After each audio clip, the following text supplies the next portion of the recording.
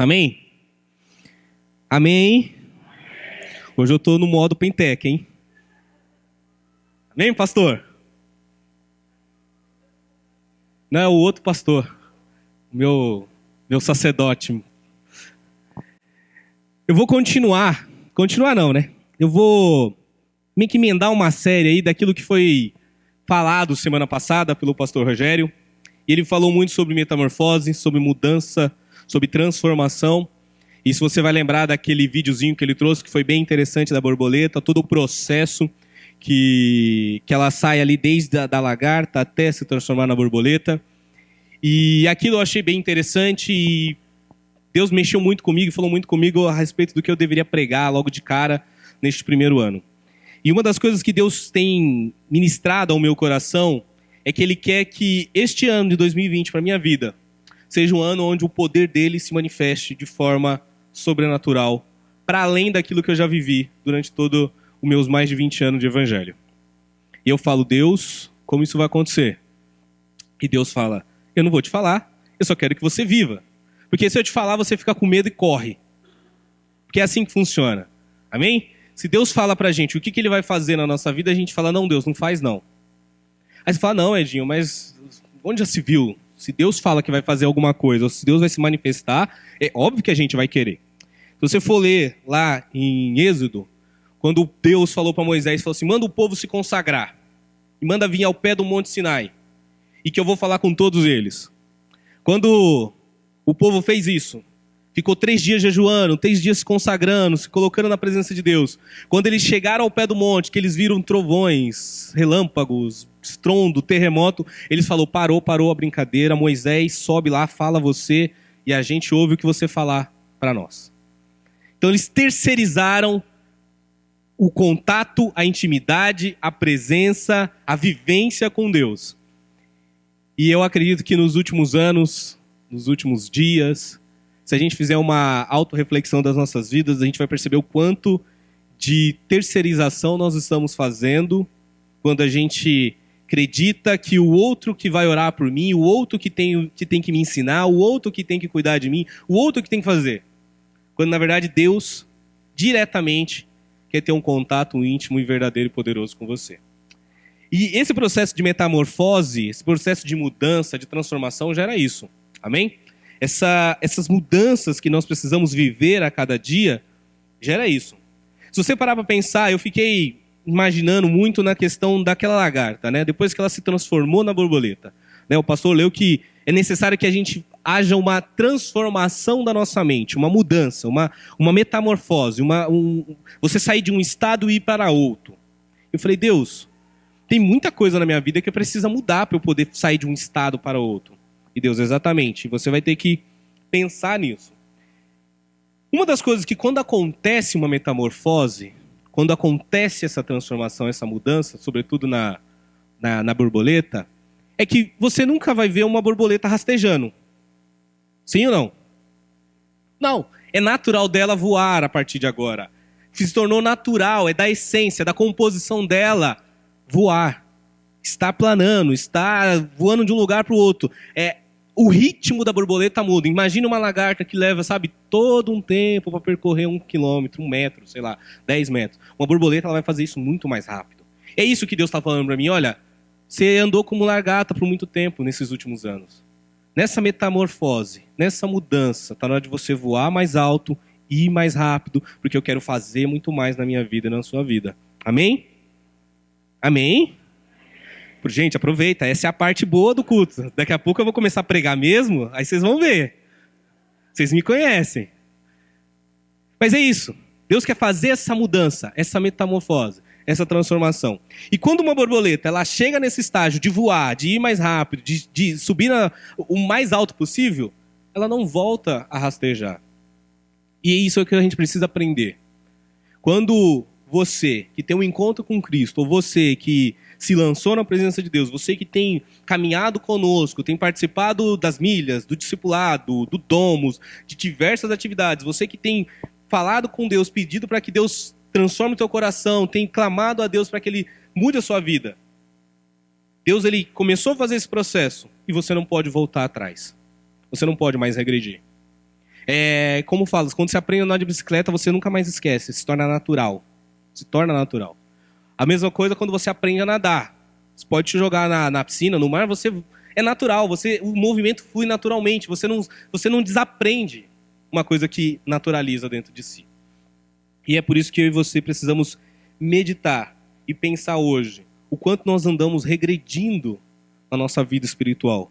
Ou o quanto nós nos paralisamos em várias etapas. Enquanto essa metamorfose que Deus quer fazer, que Deus quer transformar, muitas vezes não está acontecendo por completo, na minha e na sua vida. E aí, isso começa como? Todo final de ano, a gente não faz aquelas avaliações da nossa vida? E aí, no dia 31, quando você vai do 31 para o dia 1º, quando você cumprimenta as pessoas, você deseja o quê? Um ano abençoado, um ano diferente, um ano de realizações, um ano de conquista. Você projeta coisas para o futuro. E se você viu minha última pregação em dezembro, você lembra que se você ficar fazendo a mesma coisa durante muito tempo, não vai ter resultados diferentes. Para ter resultados diferentes, precisa ter atitudes diferentes. Amém? E essa metamorfose, isso que Deus está propondo para mim, para a sua vida, é isso. É atitudes diferentes a partir de agora. Atitudes diferentes neste ano. Para que a gente possa voar, para que a gente deixe de rastejar, para que a gente seja mais rápido, para que a gente alcance aquilo que Deus tem, para que a gente explore e consiga ter uma visão maior. Qual que é a diferença da lagarta e da borboleta? A lagarta está rastejando ali e o plano de visão dela é o que está à frente dela, talvez o que está do lado. Ela não consegue enxergar o todo. Uma borboleta ela vê de cima e ela consegue ver todo o plano, todo o processo. Quando você consegue enxergar todo o plano, ou quando Deus começa a revelar o propósito dele para a tua vida, uma das coisas que acontece imediatamente é a sua ansiedade baixa. Amém? A sua ansiedade baixa. Imagina que você está em alto mar, naufragou, está perdido. De repente você olha por cima e você vê uma ilha. Você fala, opa, a salvação. A esperança para a minha vida. Há lugar para se salvar, há lugar para se encontrar. E Deus está nos ensinando que quando você começar a olhar de cima, não é que você se elevou, não é que você agora está maior, não é que agora você é melhor, que você é uma pessoa melhor. Não, é que quando você olha por cima, você olha com a visão de quem está em cima. Amém? E a Bíblia fala que aquele que estava em cima desceu e depois regressou novamente. E foi preparar morada para todos nós. É ter os olhos, a visão de Cristo, é enxergar como em Cristo enxerga. O apóstolo Paulo fala em Colossenses que ele fala assim, vocês têm que pensar mais nas coisas que estão no alto do que nas coisas que estão na terra. Você tem que olhar mais para o céu, pensar mais na eternidade, do que simplesmente viver só as dívidas, as compras, as doenças, as dificuldades, os problemas. Você precisa olhar mais para aquilo que vem a seguir. E quando a gente faz essas retrospectivas ao longo do ano, a gente cai numa cilada terrível que é tudo que eu fiz de errado, tudo que eu deixei de fazer, tudo que eu poderia ter feito e não fiz. E aí você começa num processo de martírio, de arrependimento, e quando você percebe, você já entrou na metade do ano seguinte e continua cometendo os mesmos erros. Amém? É que nem no casamento. Se você comete os mesmos erros por muito tempo, não vai haver evolução no casamento. Não vai haver mudança, não vai haver transformação. Ah, mas o fulano é que tem que mudar, é ela que tem que mudar, é ele que tem que mudar. Não, é você que vive uma metamorfose, para de rastejar, para de ter lento e começa a ter uma visão diferente. Começa a olhar para a tua vida, para o teu casamento, para o teu relacionamento, para as áreas da tua vida, como Deus olha para ela. Deus vê o todo, vê o amplo. Amém? E muito desses erros que a gente vai enfrentando ao longo dos anos e a gente não sabe de onde vem, por que vem e por que a gente comete, muito deles tem a ver da nossa falta de conhecimento de quem Deus é, da revelação do que Cristo é, de quem é Cristo para mim e para você. Muitos dos nossos erros vêm da falta de conhecimento de quem nós somos em Deus, da falta de conhecimento de quem Deus é e o que Deus quer para a minha vida e para a sua vida. E muitos dos nossos erros ao longo do ano, desse ano que passou, se você fizer essa retrospectiva, você olhar para isso, você vai ver que 90% dele está associado à falta de conhecimento de Deus, à falta de conhecimento de Cristo, à falta de conhecimento da palavra dele, à falta de conhecimento de quem você é em Deus e o que Deus fez por você, a nova criatura que você se tornou. Isso é muito claro. E desconhecer ou não conhecer Jesus está na moda hoje em dia. Amém? É muito fácil as pessoas deixarem, ou, pelo contrário, entender ou visualizar Cristo de uma forma totalmente diferente, totalmente complexa, totalmente até desrespeitosa, muitas vezes. Vou dar um exemplo para vocês bem polêmico. Eu acredito que se você é crente como eu, e eu não sei se isso é bom ou se é ruim, mas você participa de algum grupo de outros crentes, né? Seja aqui da igreja, seja de fora, seja do trabalho, seja de amigos. E provavelmente você recebeu algum post dizendo que o Porta dos Fundos fez um vídeo falando que Jesus é gay, que Jesus é isso. Provavelmente você replicou esse vídeo, essa mensagem, essa imagem. Você cancelou ou recebeu um pedido para cancelar o seu Netflix e você acompanhou toda essa polêmica envolvendo o Porta dos Fundos. E eu também, como crente no mundo dos crentes, recebi isso. E, por incrível que pareça, eu participo de vários grupos. Tem grupo do trabalho ainda sobre questões de política, sobre política pública, sobre racismo, faculdade. Eu tenho futebol. Eu não recebi isso de nenhum outro grupo, só do grupo dos crentes. Onde tinha crente, eu recebia isso. E eu não vou explicar o que é marketing negativo aqui, mas deu certíssimo pro Porta dos Fundos, né? Tanto que é o filme mais visto, filme nacional mais visto do Netflix. Enfim, eu não sei se você foi assistir. No dia 25, eu estava com a minha irmã em casa, a gente conversando sobre várias coisas, e justamente ela recebeu alguma coisa no WhatsApp sobre isso, eu tinha recebido, e a gente falou, vamos assistir, vamos ver. E a gente colocou o filme lá para assistir. E eu não sou muito bom para humor, assim, né? Eu tenho uma dificuldade com filmes de humor, assim, comédia. O negócio é guerra, é ficção científica, é ação, é isso. Eu gosto disso, não tem jeito. E minha irmã não foge muito a isso também. E a gente começou a assistir, e com 15, 20 minutos a gente falou, nossa, que negócio chato, que besta, que idiota. E a gente tirou e assistiu outra coisa. Mas a gente foi pela curiosidade mesmo. E várias pessoas já me perguntaram sobre isso. E a resposta que eu tenho dado para algumas pessoas é feita elas pensarem da seguinte forma. Edinho, qual que é a sua opinião com relação ao que foi feito com Jesus e com a imagem de Jesus ali naquele filme, coisa do tipo? E eu começo a falar assim, você tem que fazer um exercício da seguinte forma. Imagine que você vai agora num hospital que tem uma mãe com seu filho com câncer, com leucemia, ou com uma doença grave na UTI, e essa criança foi curada, Jesus fez algo maravilhoso na vida dessa criança, naquela família, naquela transformação. Aí você chega nessa mãe e mostra o filme do Porta dos Fundos e fala, isso aqui é Jesus. Ela vai olhar e fala, não, isso não é Jesus. Eles não sabem o que é Jesus. Isso não é Jesus. O Jesus que eu conheço, que eu vi, o Jesus vivo, que atua e opera na minha vida, não é isso que eles estão retratando nesse filme de comédia desrespeitoso. Não, infelizmente, coitados, eles não sabem quem é Jesus. Se você chegar agora num cara que estava preso e dentro da cadeia ele ouviu o evangelho, ele participou de algum culto, ele foi quebrantado, ele se arrependeu da sua vida de crime, de tudo que ele fez, Cristo fez sentido para ele, a cruz fez sentido para ele, você chegar nele e mostrar o filme e falar assim, olha, isso aqui é Jesus. Ele vai dar e falar, mano, você está tirando, né? Isso aí é Jesus? Está louco? Nunca. Jesus é isso, é amor, é graça. Se você for agora, nesse exato momento, às 10:55, lá no Butantã, na Avenida Rio Pequeno, número 1094, e conversar com uma mulher chamada Maria de Jesus, e falar com ela o seguinte, assim, Dona Maria, a senhora que perdeu o seu marido há 23 anos atrás assassinado, teve que conviver, era faxineira, só teve até o ensino fundamental, teve que cuidar de 3 filhos, uma menina e 2 meninos, o Diego, o Edinho e a Vanessa. E cresceu durante toda a vida num ambiente de violência, de crime, de morte, de tráfico.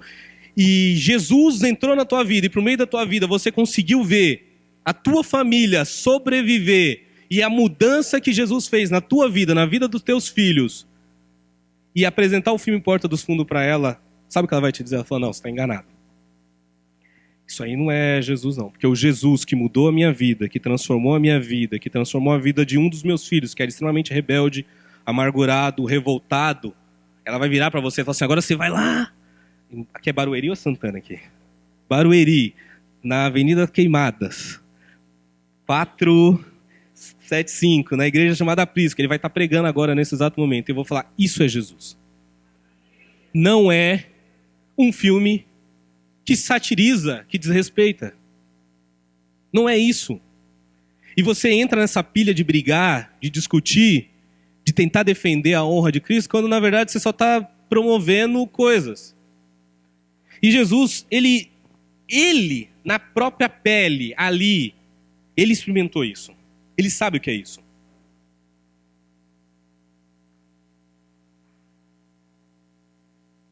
A Bíblia é o único livro que você lê na presença do autor.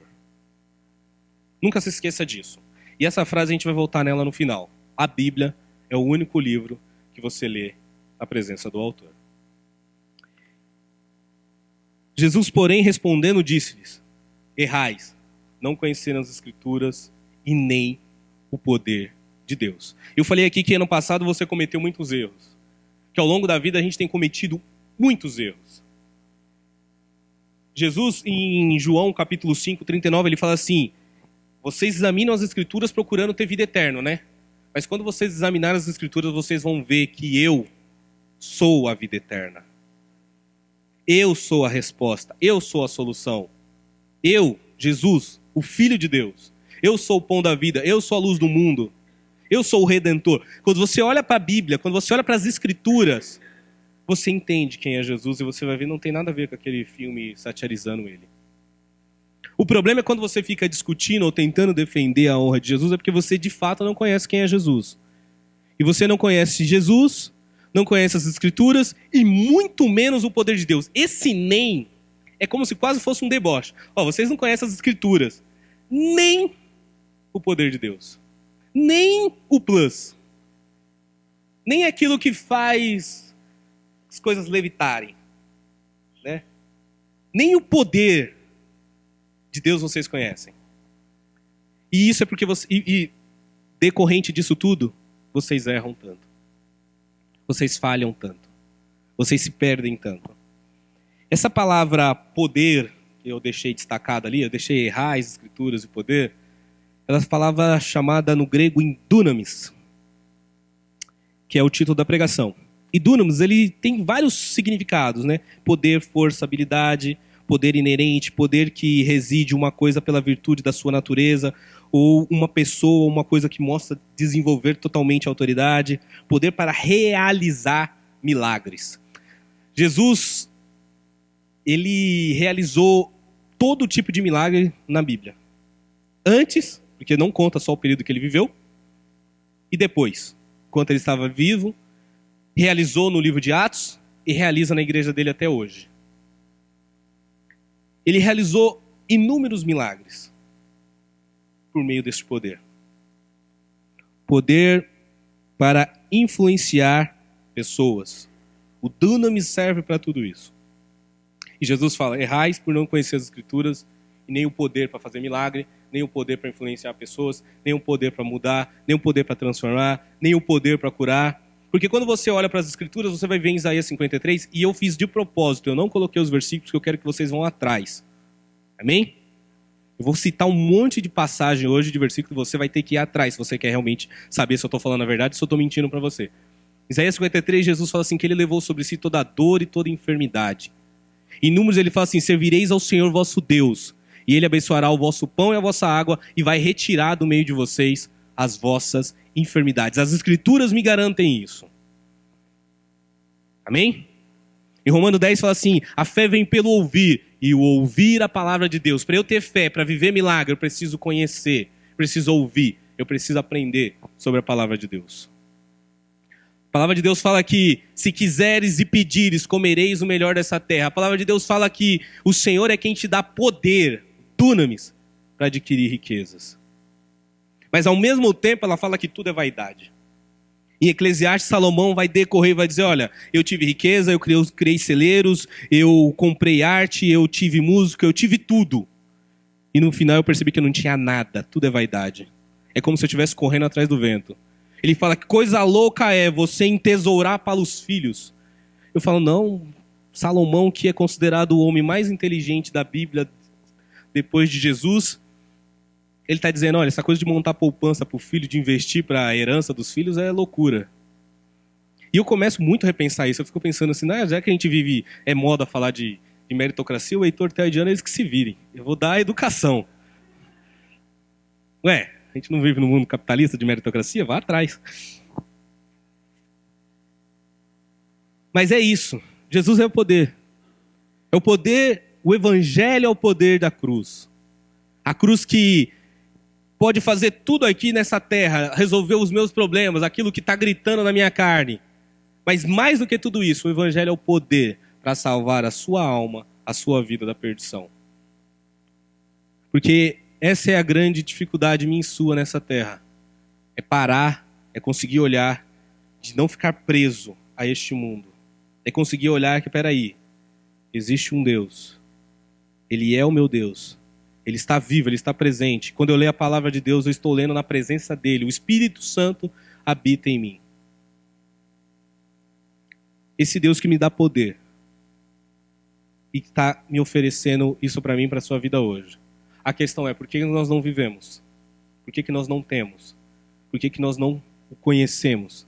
Por que a gente não experimenta esse poder de Deus diariamente na minha vida? Eu tenho falado com Deus que esse ano de 2020, eu tenho profetizado, eu tenho usado a palavra de Deus fala, profetiza, filho do homem. Olha para o vale de ossos secos e fala, profetiza, profetiza. Ezequiel 49, profetiza. E eu tenho falado, Deus, eu vou profetizar que o ano de 2020 vai ser um dos melhores anos da minha vida. Não vai ser o melhor, porque eu ainda vou viver coisas incríveis ainda no futuro. Mas eu falo, Deus, esse ano de 2020 eu quero viver poder. Eu quero viver milagre. Eu não quero mais ficar no meio da tempestade desesperado, que nem os discípulos. Senhor, me ajuda. Eu quero dormir no meio da tempestade. Eu quero no meio do deserto não ficar desesperado e ceder às tentações que Satanás vai trazer para mim. Mas eu quero no meio do deserto confiar na palavra de Deus, confiar nas escrituras de Deus e esperar que os anjos, que Deus envie a provisão dele. Eu falei, Deus, em 2020 eu quero depender mais do Senhor e menos de mim. E por isso, para depender do Senhor é viver milagres.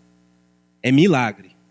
Ah, Edinho, mas eu não acredito muito em milagre. Esses dias, no final do ano, eu recebi uns amigos em casa e foi tão engraçado que eu estava relatando para um amigo tudo que Deus fez na minha vida em 2019, o quanto Deus mudou e todos os milagres que Deus fazia. E cada milagre que eu contava, eu falei, olha, Deus me abençoou financeiramente dessa forma. O cara virava para mim e falava assim, mas eu fiz isso e isso deu tudo errado. Aí falou, mas isso. Mas também não deu. Aí teve uma hora com um amigo em comum, falou assim, Edinho, para cada benção que você falar, ele vai ter 3 desgraças para contar. Não adianta. E eu tava, enquanto eu falava com ele, assim, eu vi ele falando, Deus, como pode? Esse cara fala que é crente, esse cara conhece a Bíblia, estudou teologia, fez um monte de coisa. Olha as coisas que esse cara fala, olha como ele pensa. Para no final ele falar assim, eu tenho um problema gravíssimo com o meu pai. Aí você fala, agora tá explicado. Eu tô aqui perdendo tempo contando bem, só tem que tratar no coração dele que é ferida com o pai ali, que ele precisa competir com o pai dele. Então, assim, como você compete com o pai, você não depende do pai. Amém? Quando você quer provar para o pai que você pode, que você consegue, você se esforça por conta própria. Você batalha. E tem uma coisa ali inserida dentro do seu coração que é o orgulho. E o orgulho vem sempre amarrado com um negócio chamado vaidade. E vaidade vem sempre junto com uma outra cheia de coisas, que é a ambição, que é a avareza, que é a ira, que é a amargura. Ou seja, dentro de você tem uma legião de demônio operando aí dentro. Aí todos nós somos gadarenos. C.S. Lewis fala isso. Dentro de mim tem uma legião. É o Zé Pilinto. Não é esses nomes, não é Exu Caveira, não é nada disso. É orgulho, é a arrogância, é a soberba, é a vaidade, é a ambição, é a avareza. Todos esses demônios que operam na minha e na tua vida, diariamente. E não nos deixa crer e enxergar o agir, o mover de Deus. E aí Jesus fala, por isso que vocês erram tanto. Porque vocês não conhecem a palavra de Deus. Você não conhece o que eu fiz por você. Você não conhece quem eu sou. Vocês não conhecem o que o meu pai fez. Esses dias Deus falou tão profundamente comigo com relação à provisão que Deus falou assim, cara, para de achar que você tem que resolver tudo, que você tem que prover tudo. Eu crio a provisão para depois criar o homem. Primeiro eu crio o mundo, eu crio tudo. Crio o sol, crio o mar, crio o alimento, crio os animais. Crio tudo. Quando eu terminei tudo, aí eu crio o homem. Você acha que eu vou criar o homem e vou deixar ele lá largado e falar assim, agora se vira, corre atrás, o problema é seu. Faz acontecer. Não. Eu crio tudo. E Deus falou assim, tá na hora de você começar a acreditar que eu estou cuidando da sua vida. Que eu cuido de você, que eu cuido da sua família, que eu cuido dos seus filhos. Só que mudar essa mentalidade, ter essa transformação, é aquilo que o pastor pregou semana passada, essa mudança radical das nossas vidas, esbarra em algumas coisas. Entender esse poder de Deus. E Jesus aqui, quando Mateus 22, depois você lê completamente, esse é o versículo que vocês podem usar no Domus, tá? Jesus, nessa passagem, essa resposta, e Jesus respondendo, para quem que Jesus está respondendo? Quando você começa a ler o capítulo 22, Jesus ele começa a descrever uma parábola. Ele fala assim, olha, havia um rei, e ele ia fazer um grande casamento, e ele convidou as pessoas importantes do seu reino para participar do casamento. Só que as pessoas importantes do seu reino, um falou que tinha negócios para resolver, outro tinha casa para arrumar, outro tinha trabalho para fazer, tinha uma viagem para fazer, tinha que se divertir com a família, tinha que fazer isso, aquilo. Ninguém pôde vir para o casamento.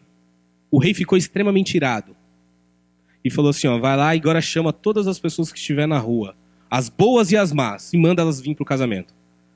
Enquanto estava tendo as festas, o rei identifica uma pessoa que está sem roupa nupcial. Ou seja, ele não estava vestido adequadamente. E o rei pergunta, como você conseguiu entrar aqui? Sem roupa, sem vestes.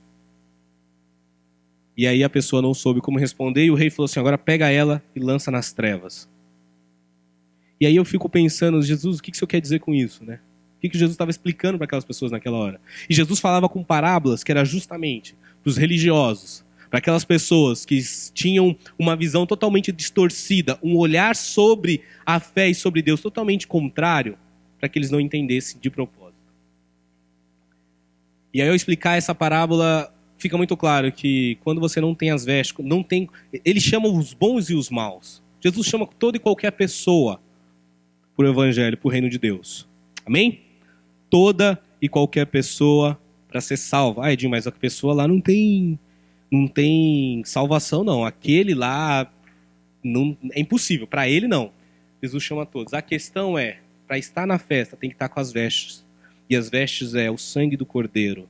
É o arrependimento. Não tem como entrar no reino de Deus. Não tem como fazer parte da festa de Deus sem o arrependimento, sem a transformação e sem a salvação que é oferecida gratuitamente por Cristo Jesus.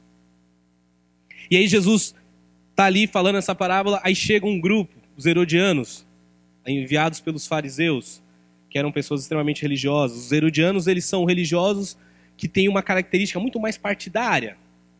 E a ideia deles era unir o povo judeu com o povo romano, fazer uma coisa ali, uma parceria. Não, chega dessa coisa de esperar um Messias, de vir um cara de fora. Vamos aqui, ó, o Império Romano é bom, é interessante pra gente, vale a pena.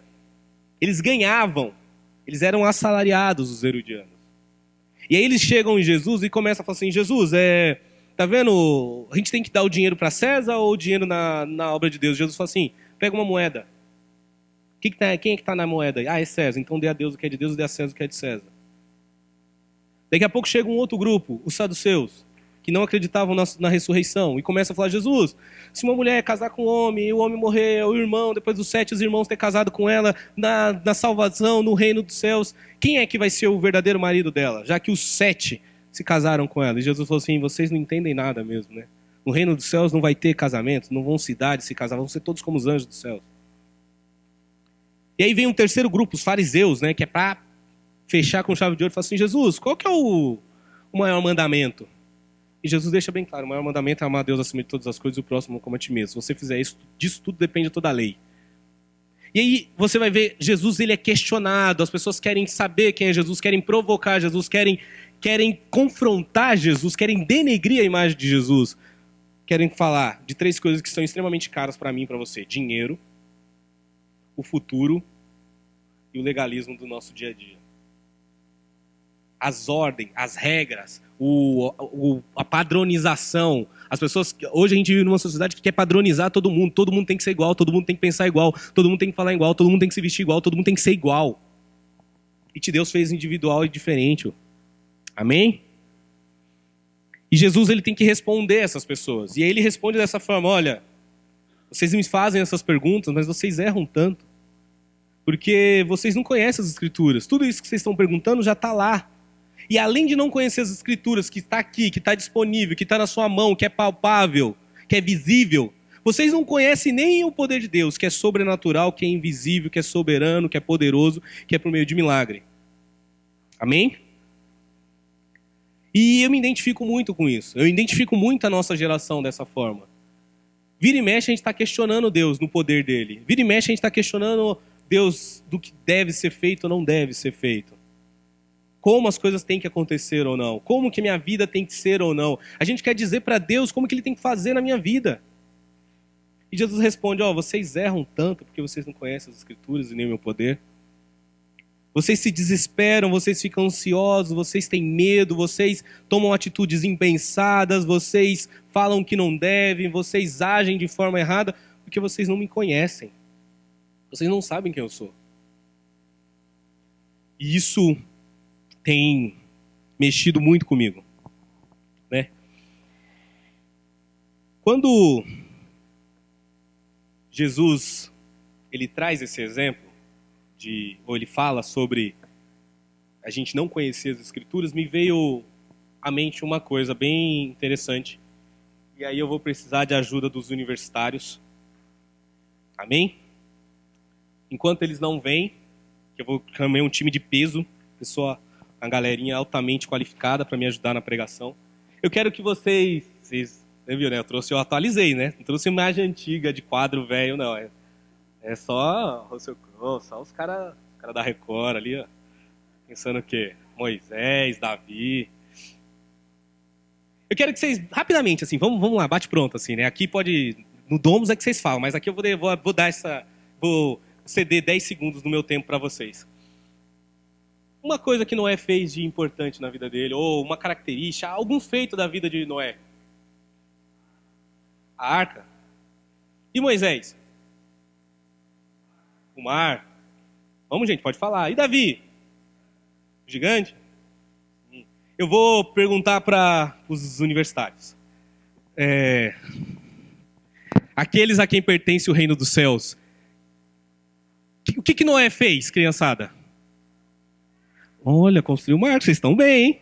Andando bem. O que Moisés fez, criançada? Abriu o mar, ó. E Davi? Matou um gigante, parabéns, palmas.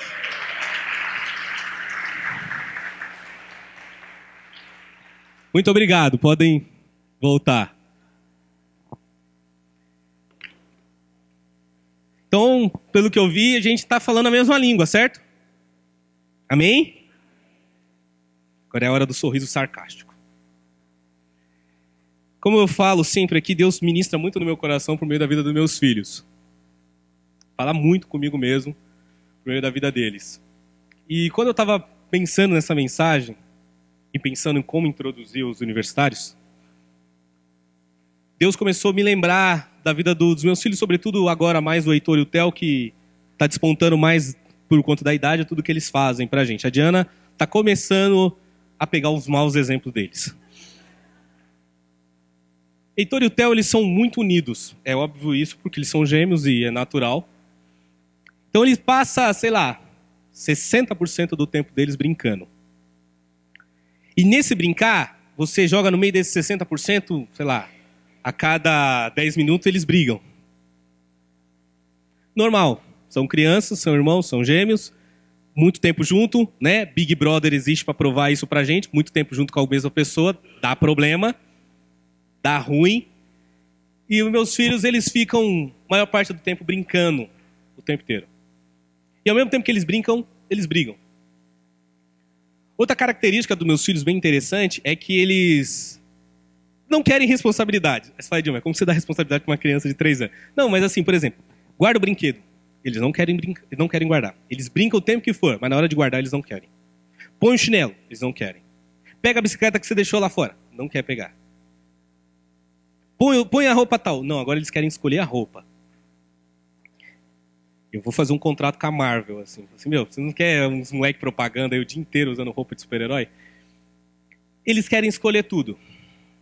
Eles querem decidir, com 3 anos de idade, eles querem decidir a roupa que eles querem pôr. E eu olho assim, eu falo, é o pecado original aí, gente, tá claro, aí, ó, tá vendo? Desobediência, por que todo homem tem que se arrepender, tem que ser salvo? Porque é desobediente, se rebela.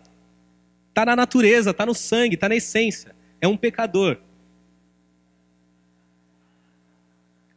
Outra característica deles, interessante, é que agora eles estão aprendendo a comer outras coisas. E outras coisas nada saudáveis. E boa parte disso quem introduziu fui eu, infelizmente. Mas, por exemplo, eles falam agora que eles querem batata frita e pizza. Essa semana eles descobriram o açaí e eu tô ferrado, porque os moleques já têm energia. Imagina tomando açaí, vira Super Saiyajin, né? Nível...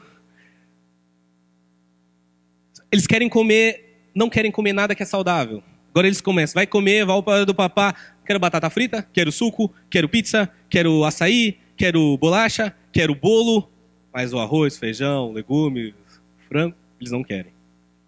Outra característica na hora de dormir, que é sono é extremamente importante para eles e muito mais para mim e para a mãe. Eles enrolam. Aí na hora de dormir eles querem água, eles querem suco, eles querem assistir historinha de Jesus, querem assistir Mario, Sonic. Outra característica que eles têm é que agora eles começam a se dividir. Então, enquanto um quer uma coisa, o outro quer outra. Então você fala assim, vamos assistir Mario? Não, eu quero Sonic. Vamos assistir o Frozen? Não, eu quero assistir o Woody. E uma outra característica que é contraditória a isso tudo é, se eu chegar com um carrinho vermelho e um carrinho azul, deu briga. Tem que ser 2 carrinhos azul e 2 carrinhos vermelhos. Porque não adianta eu falar, olha, esse é melhor pra você, Heitor, o azul, tó, Theo, o vermelho. Não, o Theo vai querer o do Heitor e o Heitor vai querer o do Theo. Amém? Quem é pai, quem já teve criança, talvez esteja vivendo, relembrando, se identificando com muitas das coisas que eu falei. Eu poderia ficar aqui o dia inteiro dando inúmera característica deles. Outra característica que vocês vê o tempo inteiro. Eles querem sair pra brincar e viva a vida louca. Se vem carro, eles querem ir. Eles querem viver o prazer da diversão. E vocês veem eu e a mãe gritando aqui toda hora, pedindo sempre pra alguém nos ajudar a trazer de volta. E eles não querem vir. Mas quando eles se machucam, o que eles fazem? Vem correndo pra mim ou pra mãe. Legal, Edinho. O que isso tem a ver com os universitários? O que isso tem a ver com Noé, com Moisés, com Davi? E o que isso tem a ver com teus filhos? Amém? Quando eu perguntei uma característica, alguma coisa, algo da vida de Noé, de Davi, de Moisés, o que vocês me responderam? Os grandes feitos. Não foi? Mas ninguém falou pra mim que Noé ficou bêbado, ficou na frente do filho, amaldiçoou o filho. Por que vocês não falaram? Ninguém falou pra mim que Moisés matou um egípcio, que Moisés foi um péssimo pai, que Deus quase matou ele no caminho quando ele estava indo libertar o povo porque ele não circuncidou os filhos, porque ele era relapso com as coisas de Deus. Ninguém falou que Moisés bateu numa rocha. Ninguém falou que Moisés não entrou na terra prometida. Ninguém falou que Davi adulterou com Batseba, que os filhos de Davi são terríveis, eles se matam, um irmão abusa da irmã sexualmente, o outro tenta dar um golpe no pai. Por que vocês não falam? Por que a gente não pensa esse tipo de coisa? Sabe por quê? Porque o nosso pensamento é igual de criança. É por isso que eu trouxe eles. Para provar que quando a gente olha para as escrituras, a gente pensa igual crianças. Falei que era o sorriso sarcástico. Mas é isso. Errais por não conhecer as escrituras e nem o poder de Deus. Errais porque vocês ainda leem a Bíblia, vocês ainda entendem o Evangelho como se fossem crianças. Não tem como conhecer o poder de Deus, o sobrenatural de Deus, se você ainda pensa como uma criança. Se você age como uma criança. Se você não confia. Se você não crê. Se você não entende a importância e a grandeza do seu pai. E sabe o que uma criança faz? Ele não quer se alimentar da forma correta. Uma criança não quer comer, não quer viver, não quer ter aquilo que Deus quer dar para ela. Como eu e você. Quantas vezes Deus quer nos alimentar com a palavra dele, com a presença dele, com o poder dele, com o Espírito Santo dele, a gente recusa. A gente fala, não quero isso agora. Eu quero me divertir. Eu quero a diversão em primeiro lugar. Quantas vezes, como uma criança, quando está tudo bem na nossa vida, quando está dando tudo certo, quando a gente está feliz, a gente não quer parar de se divertir, a gente quer viver o nosso prazer ao máximo, o nosso hedonismo no nível mais alto possível. E a gente não ora, a gente não busca, a gente esquece de Deus. É o que o pastor falou semana passada, nas férias, não tirem férias de Deus. Mas quando dá ruim, a gente volta correndo para Deus, a gente ora, faz campanha, faz milagre, quer que o pastor vá na minha casa orar, ungir. Vamos fazer campanha. Aí eu quero ajudar no Domus, nas crianças, no diaconia, no louvor, quero até pregar se o pastor deixar. Como uma criança, muitas vezes a gente olha para o lado e a gente não consegue se alegrar com o presente que o outro recebeu, só porque é diferente do meu, ou porque o dele é melhor que o meu. Eu quero o que é dele. Eu quero a bênção dele. Imagina o catálogo do Facebook e Instagram o ano inteiro te mostrando, olha o que o outro tem, onde o outro tá, olha o que o outro conquistou, olha o que o outro tá fazendo, e você olha para dentro de si e fala, eu não tenho nada disso. Deus, eu como uma criança egoísta, eu queria o que o outro tem. Eu queria receber o que o outro recebe. Eu queria ser o que o outro é. Eu queria ter o que o outro tem. Como uma criança, a gente só quer se divertir, mas não quer nenhuma responsabilidade.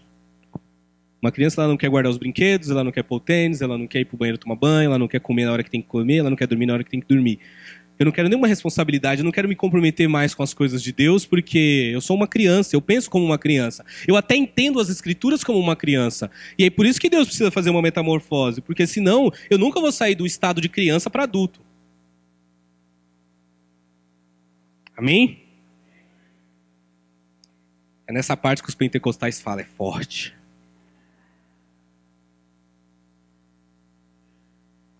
Mas é isso. Eu trouxe as crianças para provar que nós pensamos como crianças. Ainda as coisas de Deus. Os erros da vida desses homens não são para ser vergonhosos. Pelo contrário, os erros da vida de cada um deles só mostram para mim o quanto eu sou um pecador também. E a mesma forma como Deus fez na vida deles, Deus pode fazer na minha vida.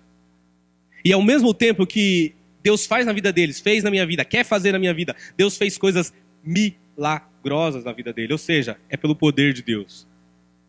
E em terceiro lugar, você e eu erramos muito. Mas Deus vai te deixar conhecido por aquilo que você fez de certo. Deus vai te honrar. Sua memória vai ficar pelo aquilo que você fez de certo. Quando realmente você buscou e adorou a Deus. É por isso que eu e você precisamos evoluir na metamorfose do nosso pensamento. Sair desse estágio e ir para um estágio maior.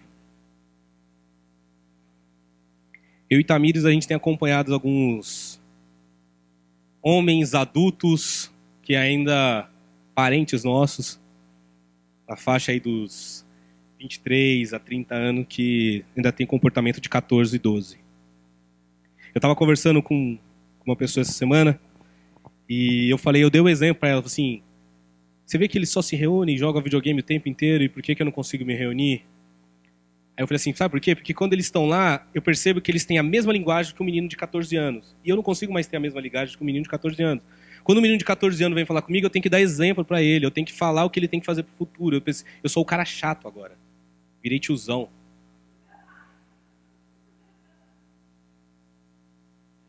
Mas não tem como, eu teria alguma coisa muito errada se as minhas ideias fossem parecidas com a ideia de um garoto de 14 anos.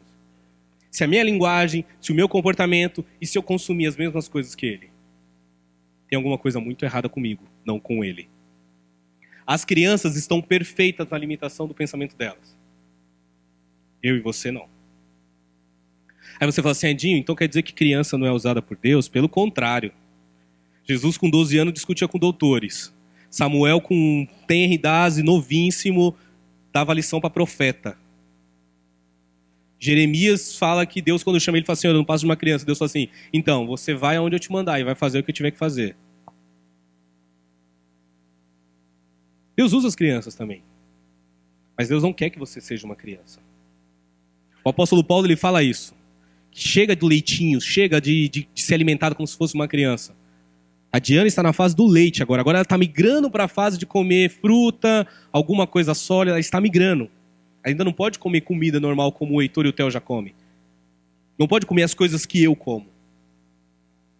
Porque ela ainda é uma criança. Quer experimentar o poder de Deus, o dunamis de Deus para sua vida em 2020? Hora de migrar do estágio de criança para adulto. Rápido. Corra. Deixa Deus trabalhar. Lembra toda a dor, todo aquele sofrimento que a borboleta ela cria para poder criar asas, para poder viver toda a metamorfose, para ela poder voar mais alto, ir mais rápido, enxergar o que Deus tem para a vida dela. Está na hora de deixar. E sabe como que Deus usa para poder fazer isso na minha, na tua vida? Ele usa um negócio chamado deserto, tempestade, luta, batalha, inimigo. Deus usa dor. para me ensinar a crescer logo. Se você for agora, nesse exato momento, em um país refugiado, no Irã, em qualquer lugar, você vai conversar com uma criança que está num assentamento, com uma criança que está imigrante, você vai ver a mentalidade dela é totalmente diferente das nossas crianças que vivem numa redoma de vidro. O pensamento, a velocidade, porque a vida tão dura fez com que elas amadurecessem. Uma das coisas que mais me doeu na minha vida durante todo esse tempo foi ter que virar homem cedo demais. Eu queria ter menos responsabilidade na minha adolescência. Como eu queria? Não ter que sustentar a casa com tão pouca idade. Não ter que contribuir com a manutenção da casa com tão pouca idade. Ter que ser exemplo para os meus irmãos com tão pouca idade. Eu queria ter me experimentado até errado mais na vida. Mas não foi assim que Deus quis para mim.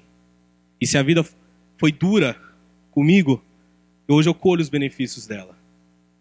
E sou feliz por isso.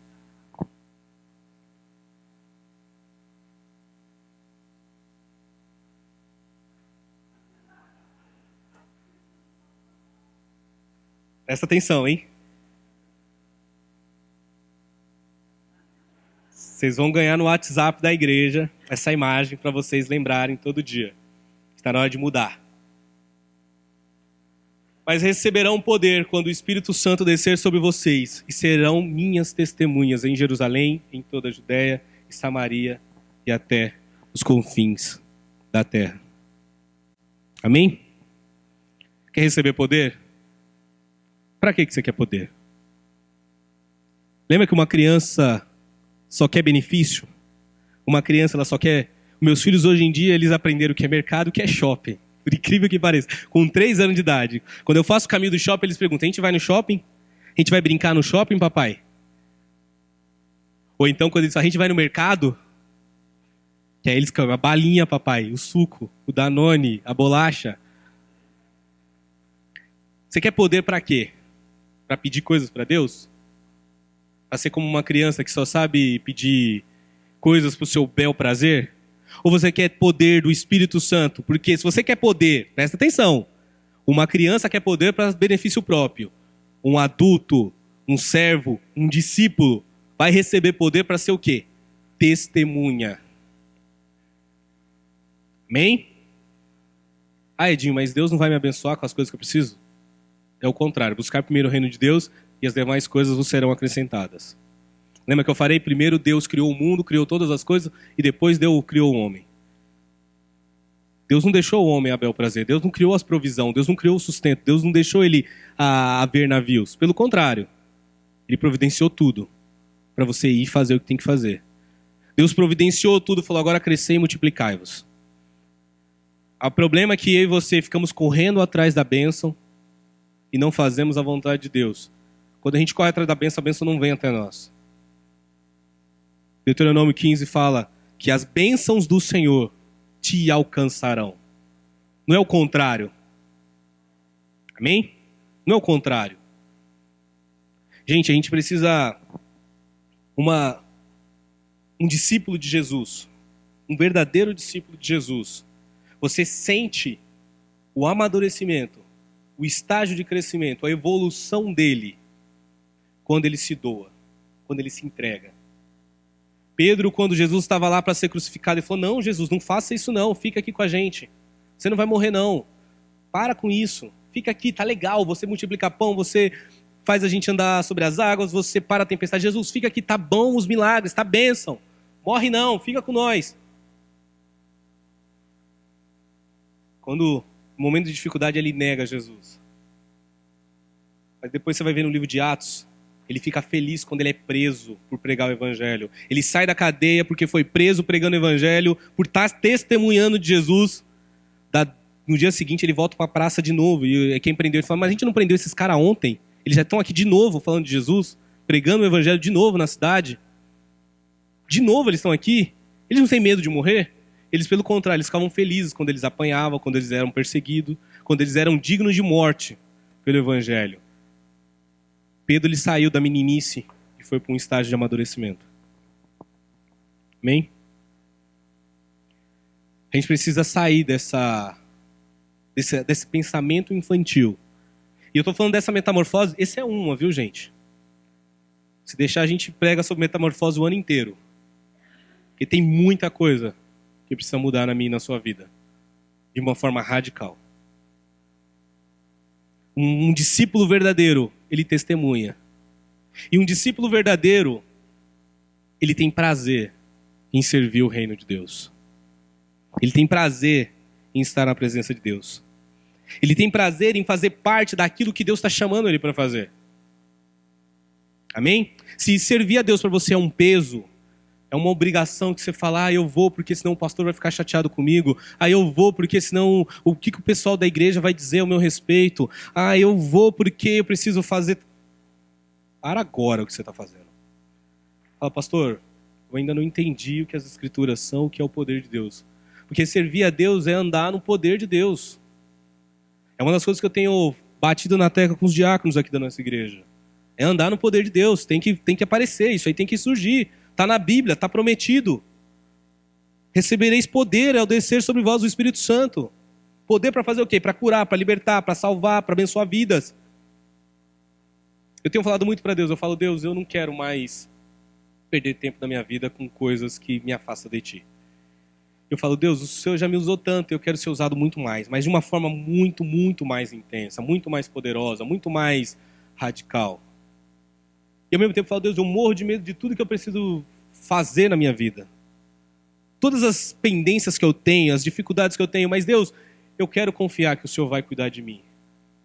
Eu quero confiar que buscar primeiro o reino de Deus e as demais coisas serão acrescentadas. Está nas Escrituras e eu entendo as Escrituras. A palavra de Deus diz que o Senhor, Ele te chama, me chama, e é um privilégio para mim e para você servir a Deus. Amém? É um privilégio falar de Jesus para outra pessoa. É um privilégio pregar. Eu me sinto realizado cada vez que eu subo aqui para pregar. Eu posso fazer isso pro resto da minha vida. É um privilégio falar de Jesus para as pessoas. É um privilégio, é uma honra pregar o Evangelho de Deus para as pessoas. É difícil? É. Você tem que fazer escolhas? Tem. Você tem que trocar algumas coisas? Tem. Algumas coisas você vai ter que abrir mão? Vai, é sacrifício. Quem não gosta de fazer sacrifício? Criança. Quem faz sacrifício? Adulto. Amém? Sermão testemunhas. Deus me chama, Deus te chama para ser uma testemunha dele. Em todos os níveis que você puder. E que você deixar. Não só aqui servindo aqui na igreja, mas no seu trabalho, na faculdade, na escola, nos seus amigos, onde quer que você esteja, nos seus negócios, nas relações que você tem com a sua família, com as pessoas. Deus te escolheu, Deus te chamou para fazer a diferença. Isso é maravilhoso. Isso tem que ser o suficiente para alegar o meu coração e o seu coração. Ser chamado para testemunhar a maior obra que Deus fez na terra, que é falar do Filho dele, que é revelar a salvação por meio da cruz, que é o Filho dele, salvando a minha e a tua vida. O Spurgeon, que é um autor que eu gosto bastante, eu sempre falo dele aqui, ele fala essa frase: meu filho, se Deus o chamou para o ministério, não se rebaixe ao ponto de ser rei em qualquer país. Amém? No meu coração, não tem nada mais importante. Eu posso exercer qualquer trabalho, ter a honra que for, ter o salário que for, mas nada nunca vai ser mais importante do que pregar o Evangelho. Essa é a missão da minha vida. Esse é o propósito pelo qual eu nasci. É por isso que Deus me conduziu durante todos esses anos. E está na hora de você enxergar, eu e você enxergarmos com mais clareza, deixar de rastejar e falar assim, Deus me chamou para alguma coisa. E quando eu vou olhar nas Escrituras, só tem uma coisa para a qual Deus me chamou: ser testemunha dele, testemunhar o que ele fez. E essa testemunha vai vir acompanhada de uma coisa chamada poder de Deus para fazer coisas. Amém? Quem quer deixar de ser criança? Amém? Em nome de Jesus? Fique de pé. Vamos orar.